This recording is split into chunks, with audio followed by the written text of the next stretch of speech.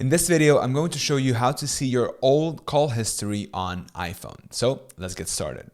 So the first thing you want to do is you want to navigate to the phone application on your iPhone.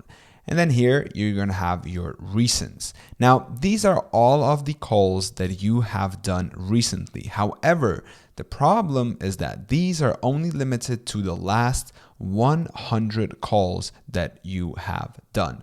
So if you want to see more than your 100 recent calls, then one of the solutions that you can do is you can go to Safari and you can type in your phone operator and then call history. So for example, if I were to be in the US and my operator would be AT&T, I would say AT&T call history. And then by clicking on this first link, you can see that I can view and download call history. I can get a list of all of my digital home phone calls using my smartphone, tablet, or computer.